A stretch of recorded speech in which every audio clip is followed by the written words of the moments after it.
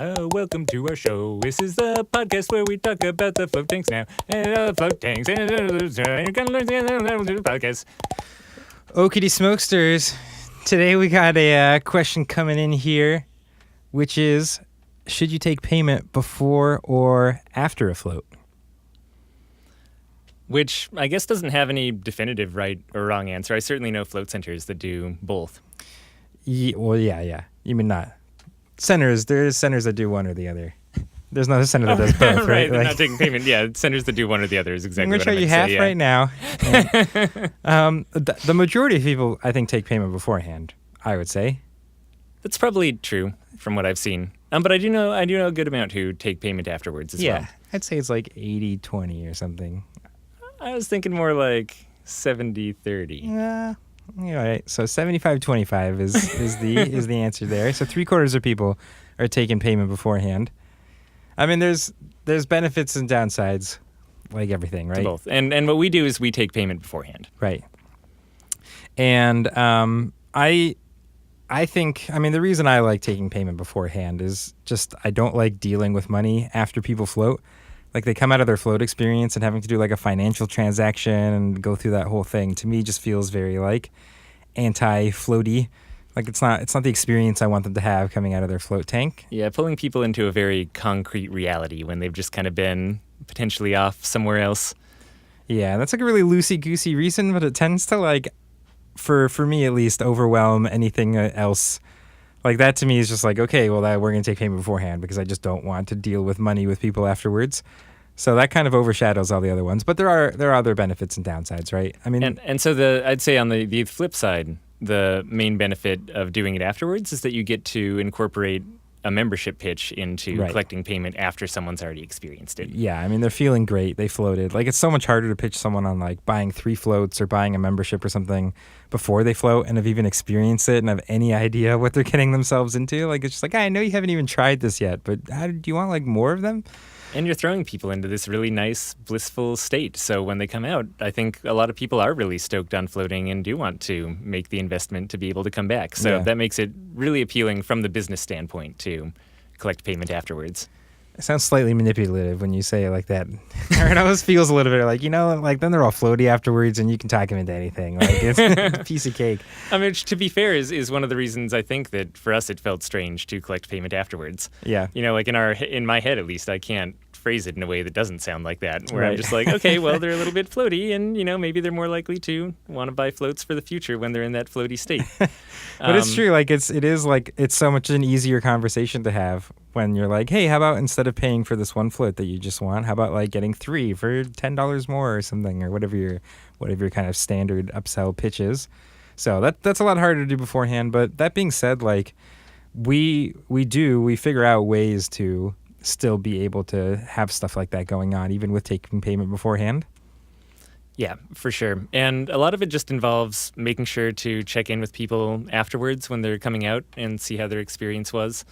And to kind of preload things too. So the way that doing prepayment, or not prepayment, collecting payment before the float, I guess, that we get the membership pitch in is when they come up, we'll look at their account and see, is this their first time? Have they been in a few different times? And let's just say it's someone who's been in 3 or 4 times to float. We might say as we're checking them out, hey, notice that you come in a fair amount. Just so you know, we have some ways that you can save you money on recurring floats if you decide you want to come back in more often. Ask me if you have any questions about it.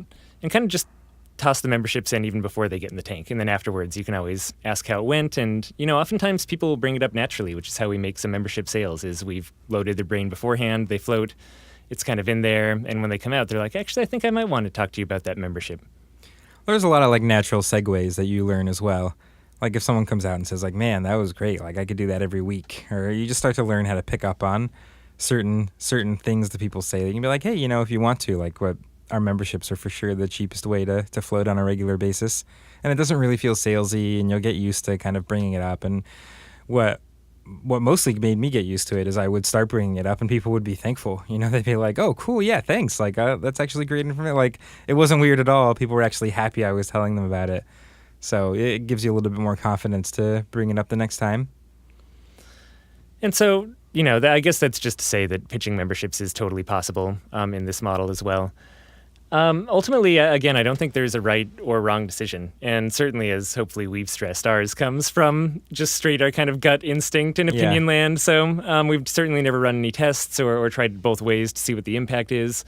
I will say there's a few other things I like about taking payment beforehand. One of them is that sometimes people aren't entirely sure how payment is going to go down when they come in for their floats. So maybe they heard you have a student discount, but they're not really entirely sure. Or maybe it's two people coming in and like they're not exactly sure who's going to be paying for it, if one person's going to be covering both or stuff like that. It's really nice just to deal with all that stuff beforehand. So someone's not sitting in their float being like, man, should I try to like beat my friend to paying for this for both of us? Or, you know what I mean? It's just one less thing to have on your mind while you're floating.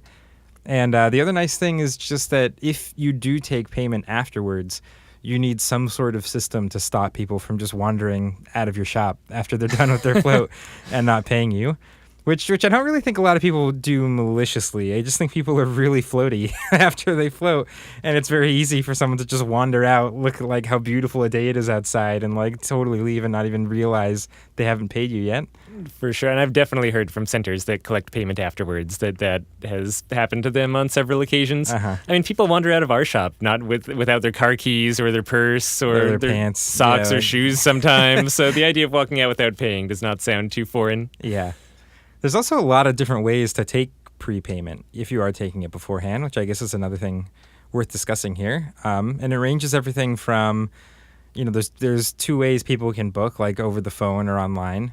Mostly, I guess people can walk in too, but that doesn't happen super often. But booking over the phone or online, and you have a decision there to make on either one of those if you're going to take credit card information while they book.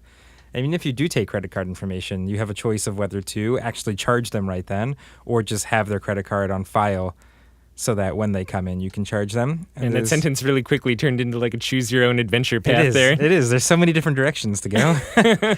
So, and you can choose like any combination of these, right? Like for me personally, like I've never really been a fan of taking credit card info over the phone. I just think it's not really something people are super used to doing, especially when just making kind of what feels like a more normal appointment. And so it's always felt to me like a little bit too much friction in the process. That I don't want to be there when we're trying to get customers to call and make appointments. But as opposed to booking online, where it feels totally normal to put a credit card in and people are really used to that, and it's almost like weirder to not put a credit card in because it's so standard nowadays. Yep. And of course, the fear on that side is if you don't collect any kind of credit card information, then you have no real recourse if people don't show up to their appointments. Yep. So when you do have no call, no shows, who it's their first time in, they've never paid you with credit card before, you don't have any stored information, like that's it. You're not getting even a late fee if you charge one. Yeah, so there's a lot of decisions, and it can be kind of difficult to exactly track how this decision, changed how many no-shows you have or whatnot. It's not like the easiest thing to get super hard information on, just because the number of these things happening is relatively small, and you'd have to spend like very large lengths of time, I think, trying different methods before having enough data to really conclusively say something.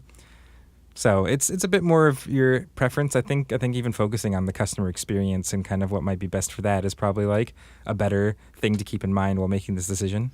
Yeah, that was actually just going to be some of my closing advice as well, was thinking about it from the person who's actually going through the process on the other side of the counter. Right. And making sure you're not just thinking about what's convenient for your business and what makes sense for running your shop, but what makes sense for the person coming in. You're very much in the relaxation and de-stressing business.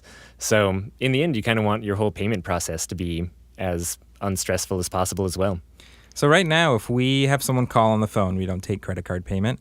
If they book online, we take their credit card and we just store it. So we don't actually charge their credit card until they come in for their actual appointments. And that makes it even easier too. It means if someone wants to book 3 appointments for them and their 2 friends, they don't have to pay for it on their card and then have their friends reimburse them somehow. So it even makes that customer's experience a little bit easier. They can just book, and then when they come in, all 3 people can pay separately if they want to. And if they have any trouble with booking online, or they don't like booking online, or they want to pay in cash or something like that, they can always just call us and like have an even more streamlined way of getting an appointment on the books. So it really seems super friendly to kind of not inconveniencing our customers. Yep. And then, like we said, when they do finally come in, that's when we kind of sort out all the payment information.